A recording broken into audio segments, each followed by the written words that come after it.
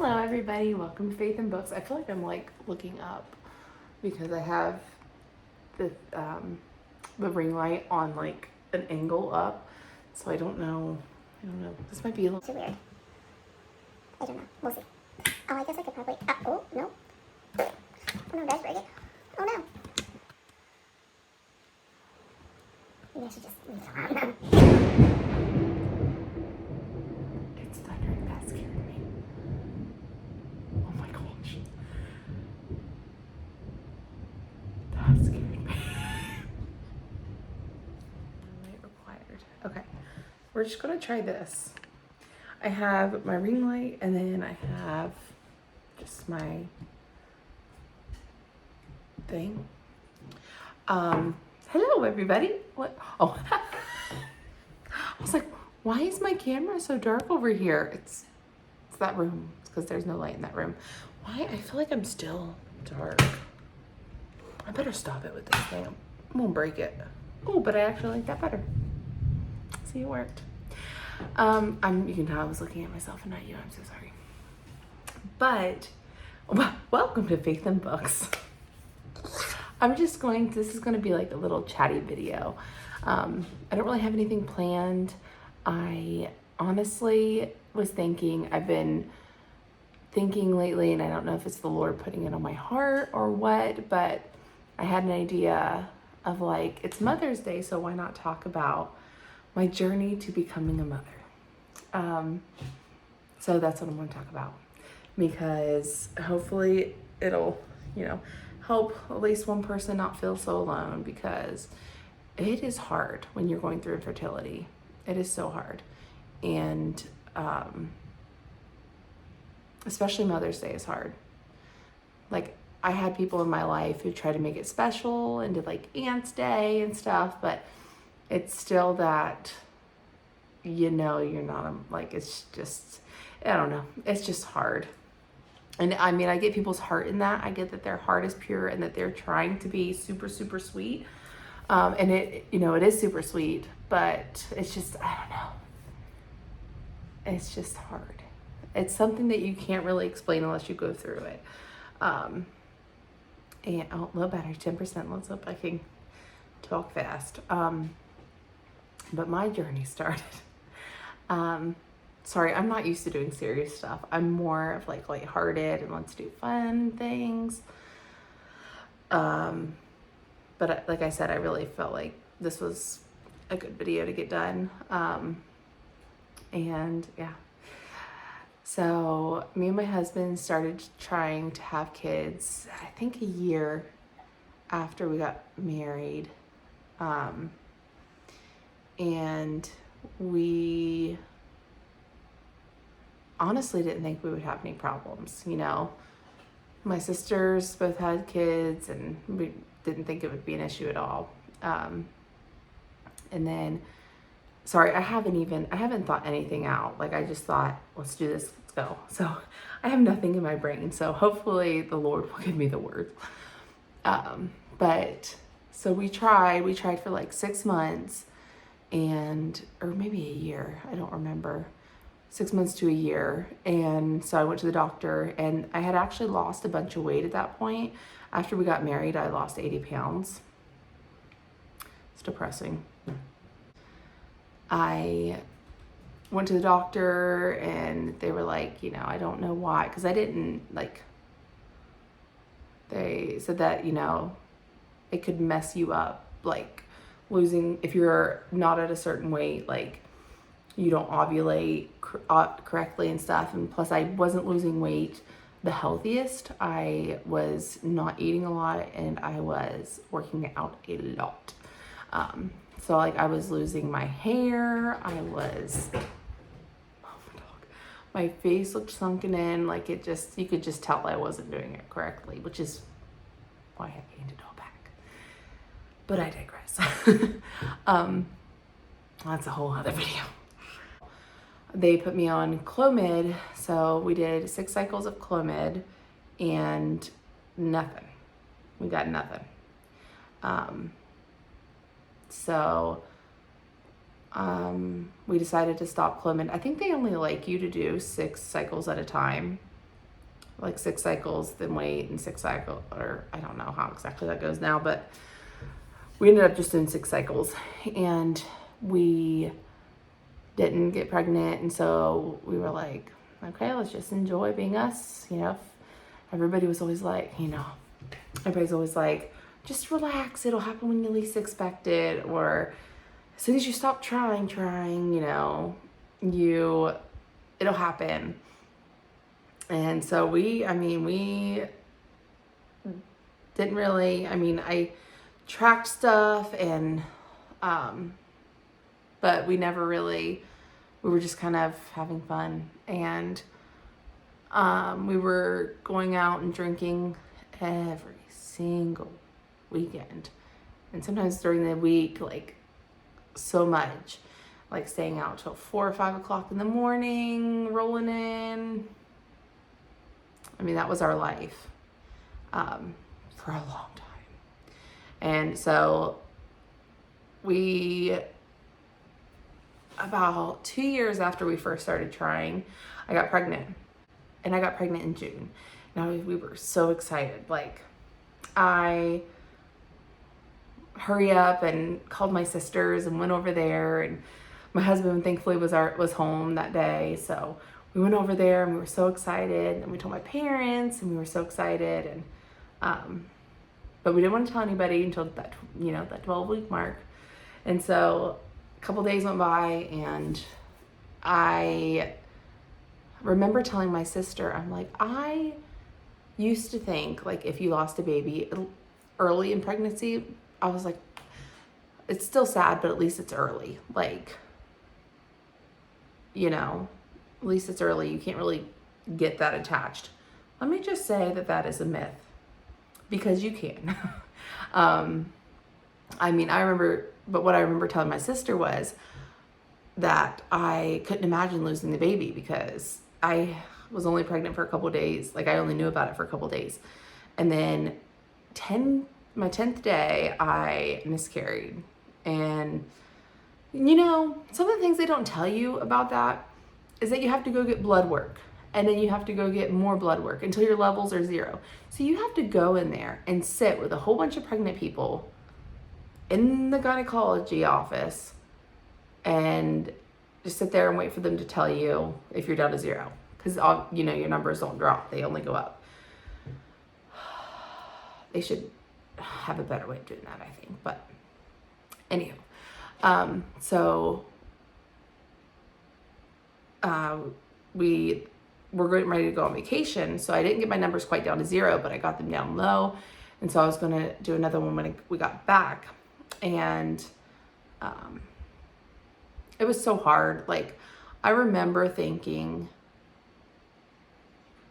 like, I felt like I didn't have a reason to be sad, kind of.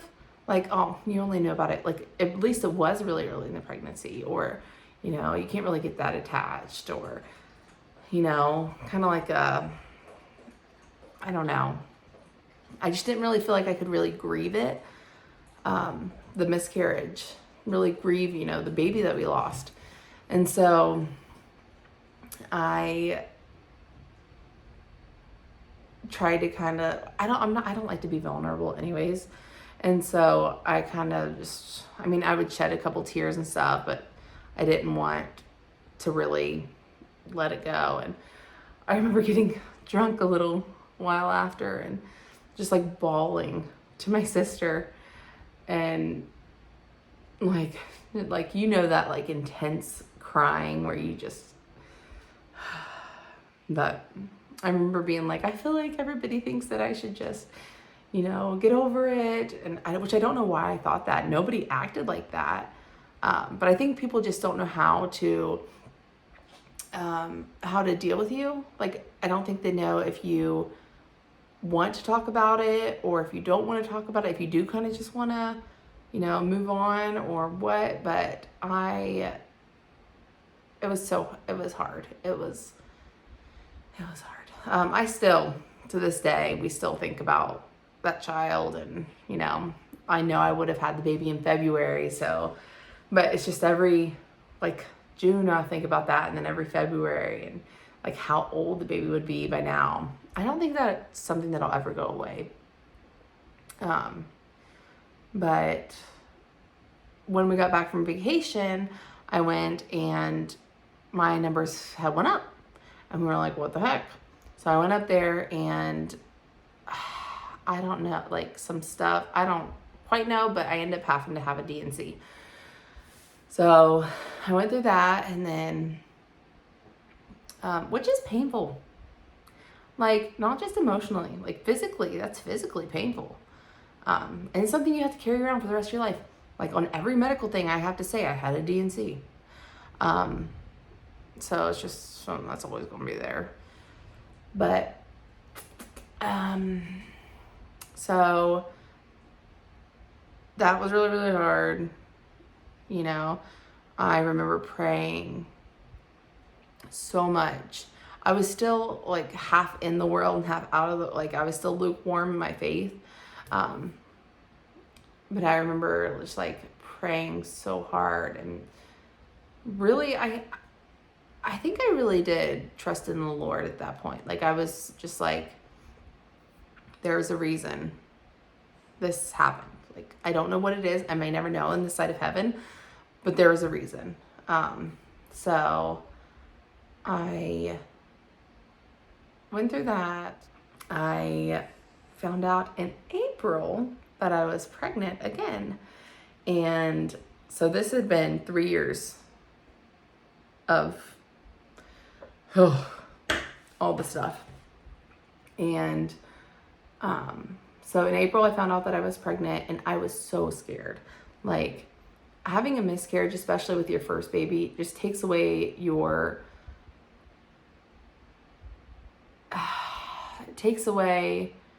what am I trying to say?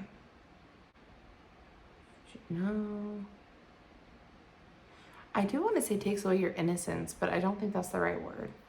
But like knowing that it can happen, like before, like, you know, it can happen, but I think it's always like, it's probably not going to happen. But having it happen once, I was so afraid to do anything. I was afraid to move, like legit move. Like I literally laid on the couch a lot because I was so scared. I was just so scared. But I went through that pregnancy, and thank the Lord, I have a healthy boy, which that pregnancy in and of itself was intense because he had low fluid. So we were at the doctor a lot. I was put in the hospital at like 28 weeks, and they thought I was going to have to deliver because the fluid was so low. But thank the Lord again that the fluid went up, and I was able to carry him till term. And then we didn't have problems with my daughter conceiving her. Took us probably maybe 6 months to a year. So it's not like it wasn't as much trying as before. But yeah, so, and you know, her pregnancy was great. She's a COVID baby. She was born in 2020. So, it was just me and my husband at the hospital. So yeah, that is my journey to motherhood, my infertility journey, my motherhood journey so far. And another thing is too, like, that I've learned from the waiting, and because it took us so long to have a baby, is first of all, I feel like I appreciate things more. Like, I remember being just so overjoyed with everything and like trying to make everything perfect because I had prayed so hard for this. So like, I think it gave me more patience. I think it honestly made me a better mom waiting, even though I didn't feel like that at the time when we were waiting. Every month, just that sense of dread. And also, by the way, I don't know if anybody else does this, but I feel like if you struggle with infertility, you do. But I took so many pregnancy tests with my kids. Like, I took it to, oh, and another thing, by the way, this is just a weird fact. Every time I've been pregnant, I've had a dream that I was pregnant. So like I'd have a dream that I was pregnant and I'd wake up and I would be pregnant. Or I'd have a dream. I've done that with other people too. I don't know if this is like a prophetic thing or what, because it hasn't happened in a while actually, but I've done it with multiple people, like not just me. I mean, I've done it with me too, but I've done it with me, I've done it with my cousin. I mean, so many people, like more people than that, even people I don't know, like people off the internet. One time I had a dream that somebody was pregnant and like 3 months later they revealed that they were pregnant. So yeah, but that's,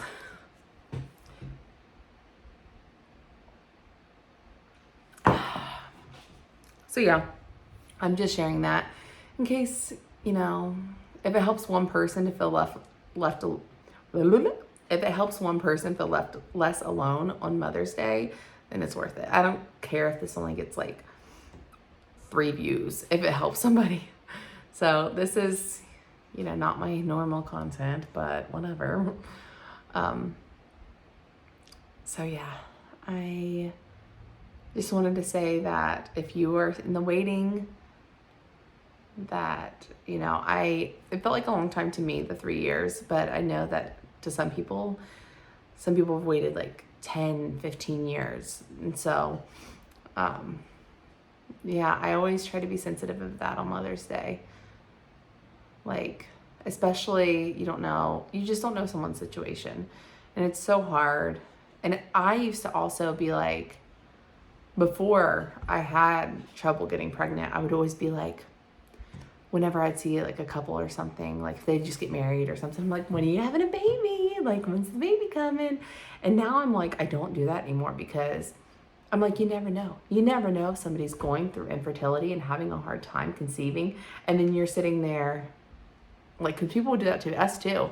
They're like, so when you gonna have a baby? I'm like, we're trying. We're doing the most we can. Oh. So yeah, I hope that this video helps somebody. I know that a lot of people will probably be like, yeah, but you're on the other side of it. You know, you have your kids. That's true, but I still try to be so sensitive to people, and open and here for them. And so on this Mother's Day, if it's hard for you, just do what you need. Don't feel obligated to do anything. If you just want to lay in bed because it's too hard, I say do it. Like, do whatever makes you feel best, because it's hard. It's a hard season. So I don't know what else to say, but this is a 20-minute video. I bet I can cut it down though. But all right, guys, thank you for watching. Yeah, thanks for watching. Have a great day.